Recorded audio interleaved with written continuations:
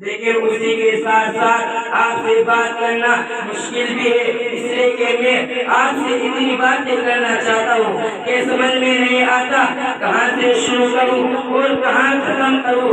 باتوں کا ایک بڑا سمندر ہے اور اس کے اتنے مخلوقات ہیں جن میں سے کسی ایک کو نظر انداز کرنا مشکل ہے، لیکن ہر مشکل کا ایک حل ہے۔ اس کا حل یہ ہے کہ ان تمام باتوں کو آپ کے سامنے مختلف اوقات میں رکھا جائے۔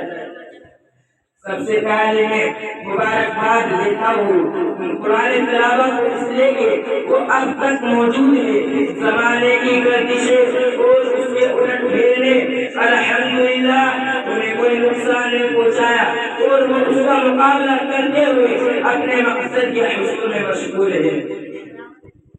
میں تلاوت کو مبارکباد اس لیے دیتا ہوں کہ انہوں نے میری تعلیم کا انتخاب کیا۔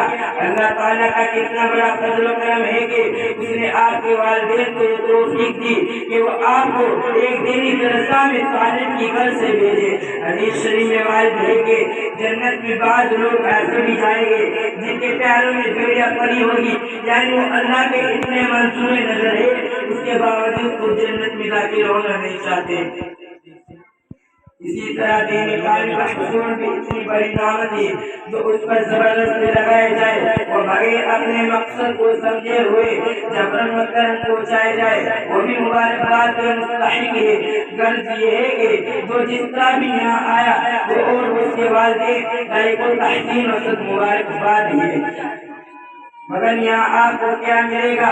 آپ کیا پائیں گے؟ یہ بہت وسیع موضوع ہے جس پر مختلف سوچ ڈالنے کا موقع نہیں ہے اور نہ اتنا وقت نہیں ہے۔ امام غزالی رحمۃ اللہ کی احیاء العلوم اس موضوع پر بہترین